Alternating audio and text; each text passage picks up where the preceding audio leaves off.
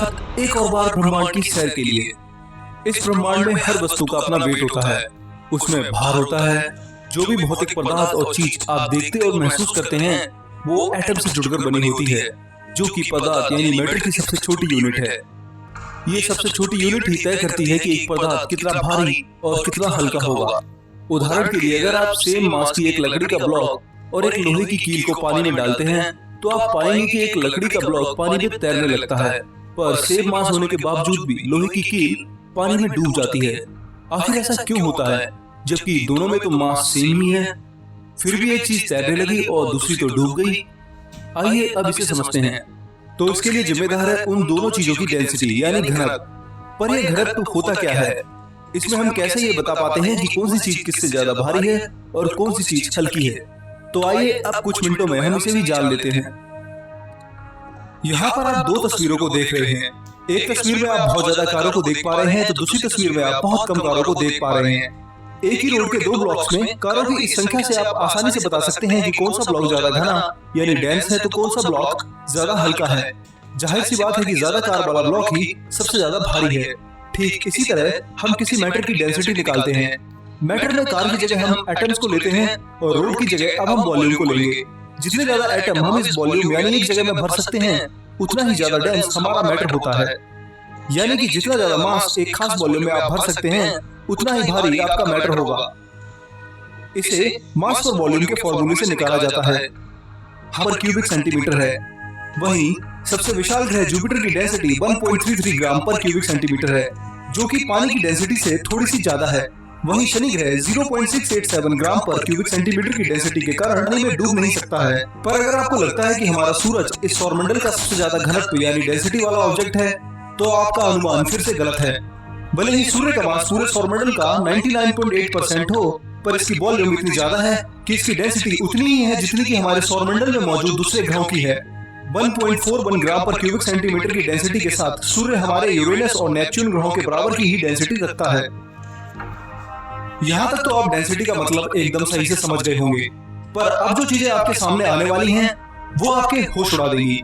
उनकी डेंसिटी और फिर अपने ही कोर में कोलैप्स होने के कारण सुपरनोवा धमाका कर देता है। जब वह सुपरनोवा धमाका करता है तो दो चांस होते हैं, या तो वो न्यूट्रॉन स्टार बनेगा या फिर ब्लैक होल बन जाएगा। पर सूर्य से 30 गुना भारी तारे ही न्यूट्रॉन स्टार बनते हैं, उससे बड़े तारे ब्लैक होल में बदल जाते हैं। सुपरनोवा धमाके में बना न्यूट्रॉन स्टार इतना छोटा होता है कि उसका आकार केवल कुछ किलोमीटर तक ही रह जाता है। यहाँ पर इतनी जबरदस्त कंप्रेशन होती है कि बेचारे एटम्स एक दूसरे एटम से ऐसे जुड़े होते हैं जैसे किसी ने 2 आदमी की जगह पर 2 लाख आदमी भर दिए हों। वॉल्यूम कम होने के कारण और अपने स्टार का आधा मास होने की वजह से इनकी डेंसिटी इतनी हाई होती है कि वैज्ञानिकों के भी होश उड़ा देती है। पृथ्वी के सबसे पास PSR J01081431 न्यूट्रॉन स्टार है।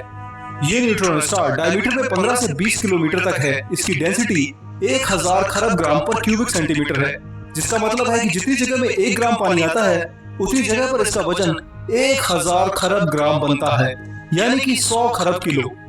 एक 15 किलोमीटर के आकार के न्यूट्रॉन स्टार में पृथ्वी से तो क्या हमारे सूर्य से भी ज्यादा वजन होता है। अगर किसी न्यूट्रॉन स्टार को हम जुपिटर की जगह पर रख दें तो ये तुरंत ही हमारे पूरे सौरमंडल को खत्म कर देगा। ये सूर्य को भी अपनी स्ट्रॉन्ग ग्रेविटी के कारण तोड़ सकता है। अब तो आपने अंदाजा लगा ही लिया होगा कि एक न्यूट्रॉन स्टार कितना मैसिव और डेंस होता है। इसकी 1 चम्मच की मात्रा भी अगर पृथ्वी पर गिर गई तो ये इतनी तबाही मचाएगा कि जिसे कोई रोक भी नहीं पाएगा। वास्तव में ये बहुत खतरनाक है। ब्लैक होल और सुपरनोवा धमाके के बाद न्यूट्रॉन स्टार ही ब्रह्मांड की सबसे डरावनी चीज है। पर ये भी कुछ नहीं है, आगे आने वाली चीजों के सामने तो न्यूट्रॉन स्टार का भी घमंड टूट जाएगा। ठंडी चीज क्या है? तो आप में से ज्यादातर लोगों का जवाब होगा कि बर्फ सबसे ठंडी है। तो कुछ साइंस के फैंस इसका जवाब लिक्विड नाइट्रोजन या कार्बन और लिक्विड हाइड्रोजन जैसी गैसें भी मौजूद है, जो इन सभी चीजों से इतनी ज्यादा ठंडी है कि उसके सामने ये चीजें सूर्य जितनी गर्म लगने लगती हैं। दोस्तों, आज के इस वीडियो में हम इसी चीज के बारे में जानने वाले हैं कि क्यों इसे ब्रह्मांड की सबसे ठंडी चीज कहा जाता है और आखिर क्यों इससे ज्यादा ठंडी चीज और जगह इस ब्रह्मांड में मौजूद नहीं हो सकती है।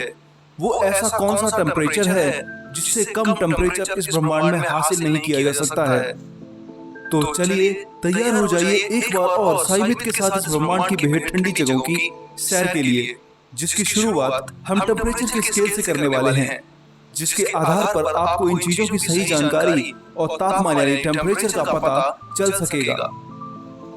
सबसे पहले हम 0 डिग्री से शुरुआत करते हैं, जो कि पानी का फ्रीजिंग पॉइंट है। इस तापमान पर आगर के पानी के मॉलिक्यूल्स लिक्विड से सॉलिड फॉर्म में बदलने लगते हैं, जिससे पानी बर्फ में बदल जाता है। पानी के फ्रीजिंग पॉइंट से ही हमारे सेल्सियस स्केल की शुरुआत होती है, जो कि एक और टेम्परेचर स्केल केल्विन के हिसाब से 273.15 केल्विन है। पानी के इसी फ्रीजिंग पॉइंट से ज्यादातर टेम्परेचर स्केल की शुरुआत होती है। 0 डिग्री से 1.8 डिग्री कम तापमान होने पर समुद्र का पानी जमने लगता है। समुद्र में नमक यानी सॉल्ट होने के कारण ये 0 डिग्री से कम तापमान पर आकर के जमना या कहे तो फ्रीज होना चालू करता है। वहीं दिन में आग की तरह दहकते रेगिस्तान रात में सूखी हवा के चलने के कारण इतना ज्यादा ठंडे हो जाते हैं कि इनका औसत तापमान यानी एवरेज टेम्परेचर -6 डिग्री सेल्सियस तक हो जाता है। ये पृथ्वी की वो जगह है जहाँ पर 24 घंटे के अंदर ही तापमान में इतना फर्क देखने को मिलता है। वहीं 0 डिग्री से 8 डिग्री कम तापमान यानी -1 डिग्री सेल्सियस पर सर्दी के कारण पाला पड़ने लगता है। बर्फ की बारिश होने पर इस तापमान पर खेती भी नष्ट हो जाती है। इटली में रिकॉर्ड किया गया था। इसे दुनिया की सबसे ठंडी जगह भी कहा जाता है। गलती से भी आप बिना किसी सुरक्षा कपड़ों के यहाँ पर आ गए तो तुरंत ही आपका शरीर जम जाएगा। आपके शरीर का पानी और हर चीज फ्रीजिंग पॉइंट से इतने कम टेम्परेचर पर तुरंत जम जाएंगे। पर पानी के फ्रीजिंग पॉइंट से 90 डिग्री कम ये तापमान भी कुछ नहीं है। अगली आने वाली चीजें तो इससे भी कई गुना ठंडी और खतरनाक हैं। -114 डिग्री सेल्सियस पर आपकी अल्कोहल और प्योर इथेनॉल भी जम जाती है, जिसे आप फिर दोबारा इस्तेमाल नहीं कर सकते हो। बृहस्पति ग्रह के बादलों में जो एवरेज टेम्परेचर रहता है वो 0 डिग्री से 120 डिग्री सेल्सियस कम है। वहीं शनि ग्रह यानी सैटर्न के बादलों का मेन टेम्परेचर लगभग -139 डिग्री सेल्सियस के आसपास होता है। दोनों ही ग्रह विशाल गैसों के बादलों से बने होने के कारण बहुत ठंडे हैं।